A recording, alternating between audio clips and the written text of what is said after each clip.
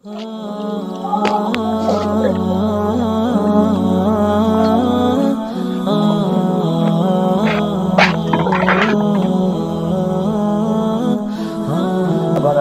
Allah subhanahu wa ta'ala kwa majina naitwa Ustadhi ama Sheikh ama Imam Hassan Nanunda Ahmad.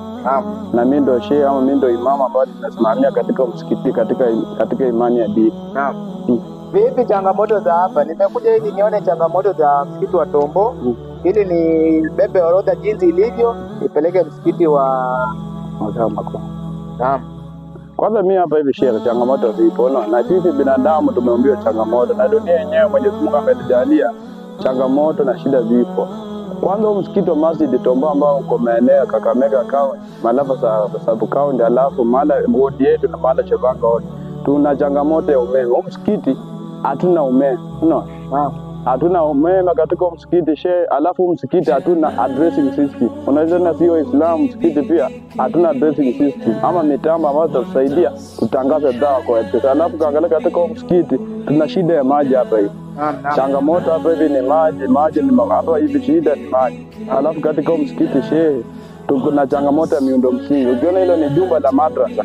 Hii ni jumba ambalo tulijenga tu kwa ufupi kulingana tu na hifadhi ama kulingana na pesa zetu ambazo tuko nazo, tukajenga jumba ile kwa uchache ili tuendeleze madrasa. Naam. Sasa nimekusikiza jinsi ulivyonieleza na hatutaki kwenda mengi sana kwa sababu ya muda. Nimeangalia masaibu yaliyo hapa hivi, madrasa hamna, hakuna umeme na hakuna maji pia. Kwa wale ambao wanatazama klipu hii, ungependa kuambia vipi?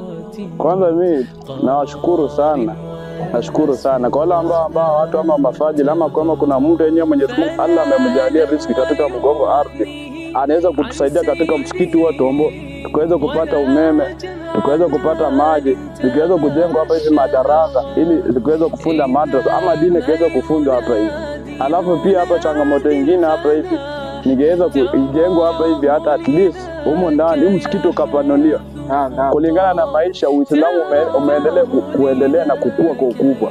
Kama kwa saizi kuna ambao wamejisilimu, Waislamu ni wengi. Msikiti ni mdogo sana. Hata tukipata mtu inshallah ambaye atatujalia au ni mtu mwenye kuturuzuku riziki ili tukaweza kuendeleza msikiti huu, tukaweza kupata maji, tukaweza kupata kila kitu ambacho kitasaidia katika dawa ya msikiti, tasema alhamdulillah. Nimekusikiza Sheikh na ujumbe wako ndaufikisha.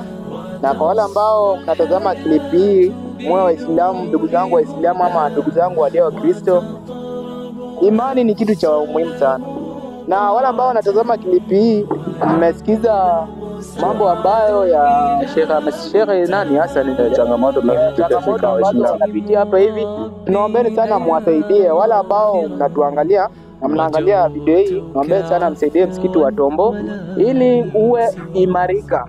Waislamu wajae na pia madrasa zikue, watoto wakuje madrasa na maji pia jinsi nilivyosema tutaleta. So bila kupoteza muda, Waislamu ambao wanatazama na wale ambao sio Waislamu, kupitia mawaidha uliowaambia na kile kitu ambacho umenena, nipo na uhakika kuna Waislamu wengi sana watafuatilia hili jambo na kila kitu kitakuwa sawa. Nashukuru sana Sheikh. Alhamdulillah rabbil alamin. Allah kujalie kilichopendeza.